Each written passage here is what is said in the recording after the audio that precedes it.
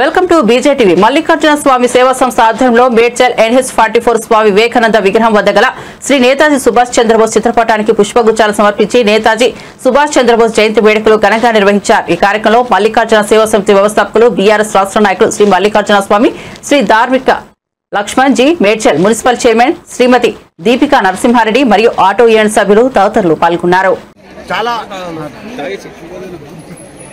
చాలా సుదినం నేతాజీ సుభాష్ చంద్రబోస్ యొక్క జన్మదినం. ఎందుకంటే చనిపోయిన వారికి జయంతోత్సవం అంటారు, బతుకున్న వారికి జన్మదినం అంటారు. ఎందుకంటే సుభాష్ చంద్రబోస్కు పుట్టినరోజు మాత్రమే ఉంది, చనిపోయినట్టు ఎక్కడ కూడా దాఖలాలు లేవు. ఎంతోమంది ఎన్ని పరిశీలనలు చేసినా అతను చనిపోయినటువంటి ఒక నిర్ధారణ కాలేదు. కాబట్టి ఈరోజు మనం ఈ యొక్క మున్సిపాలిటీ కార్యాలయంలో ఈ సుదినాన్ని జరుపుకోవడం చాలా అందరి నాయకుల మధ్యన జరుపుకోవడం చాలా సుదినంగా భావిస్తూ ఉన్నాను. ఇక్కడ మన నేషనల్ హైవే మీద కూడా జరపడం జరిగింది. సుభాష్ చంద్రబోస్ ఇప్పుడు గాంధేయవాదాన్ని వ్యతిరేకిస్తూ అతను ఈ యొక్క ఉద్యమాన్ని చేయడం జరిగింది. గాంధీ గారు ఏం చేసిందంటే అహింసావాదంతో ముందుకు పోయినారు. ముందుకు పోతే అప్పుడు నేషనల్ కాంగ్రెస్కు ప్రెసిడెంట్గా కూడా అయ్యిండు సుభాష్ చంద్రబోస్. అయినా ఇంగ్లీష్ వాళ్ళు మనల్ని కొట్టి చంపుతూ ఉంటే వీళ్ళు కొట్టి చంపుతూ ఉన్నారు కాబట్టి మనం కూడా అదే ధోరణిలో పోవాలనే ఉద్దేశంతో అప్పుడు రెండో ప్రపంచ యుద్ధంలో యుద్ధ ఖైదీలుగా ఉన్నటువంటి భారతీయుల సైనికులందరినీ కూడా ఏకీకృతం చేసి హిట్లర్ను కలిసి సైన్యాన్ని తయారు చేసి ఆజాద్ హింద్ ఫౌజ్ అని తయారు చేసి 1945లో ఇంగ్లీష్ వాళ్ళ మీద అటాక్ చేశారు. ఆ రోజే మనకు స్వాతంత్రం సిద్ధించినట్టు లెక్క.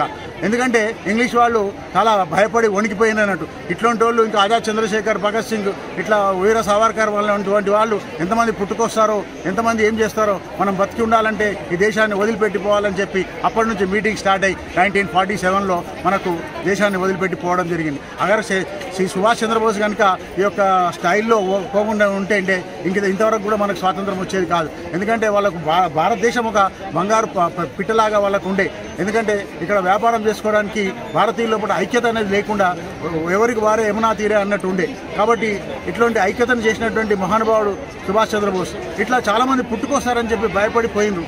కాబట్టి సుభాష్ చంద్రబోస్ గారు అతను స్వాతంత్రం వచ్చిన తర్వాత కూడా ఈ దేశానికి రాకుండా కట్టుదిట్టాలు చేసి అండమాన్ జైల్లో పెట్టడం జరిగింది. మన యొక్క రాధాకృష్ణ గారు మన వైస్ ప్రెసిడెంట్గా చేసినటువంటి మన యొక్క సర్వేపల్లి రాధాకృష్ణ గారు అండమాన్ జైల్లో కూడా వెళ్ళి పలకరించినట్టు దాఖలాలు ఉన్నాయి, చరిత్ర చెప్తా ఉంది. కాబట్టి ఆయన యొక్క జయంతి ఈరోజు అత్యంత వైభవంగా ఘనంగా మన దీపికా నరసింహారెడ్డి చేతుల మీదుగా జరగడం నాకు చాలా సంతోషంగా ఉంది.